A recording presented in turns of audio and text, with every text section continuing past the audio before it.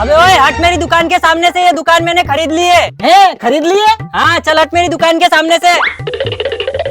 अरे भाई तुमने मेरी दुकान खरीद ली, अब मैं क्या करूं? तू ले भाई, अब तू भीख मांग। अरे भाई भीख इधर बैठ के मांगू कि इधर बैठ के मांगू? भाई तू भीख यहाँ पे बैठ के मांग। ठीक है भाई।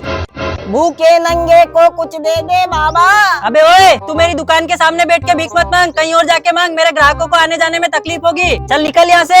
ये फंस गया सी है। अरे भाई एक बिस्कुट का पुड़ा दो। अरे भाई साहब कुछ दे दो यार खाने के लिए। अबे ओए मेरे ग्राहकों को क्यों परेशान कर रहा है, कहीं और जाके भीख मांग। अबे ओए मेरे पास में पैसे नहीं है, ला मेरी दुकान के पैसे दे। तेरी दुकान के पैसे ये ले। ठीक है भाई। 1 लाख रुपए, पर मेरी दुकान तो 50,000 रुपए की है। अरे भाई तुमने मेरी दुकान के 1 लाख रुपए दे दिए, पर मेरी दुकान तो 50,000 रुपए की है। अच्छा भाई 50,000 रुपए की है तो तू एक काम कर, मेरे 50,000 रुपए मुझे वापस कर दे। ठीक है भाई, ये पकड़ो 50,000 रुपए, तुम्हारा हिसाब और मेरा हिसाब बराबर। ठीक है भाई, ठीक है ठीक है।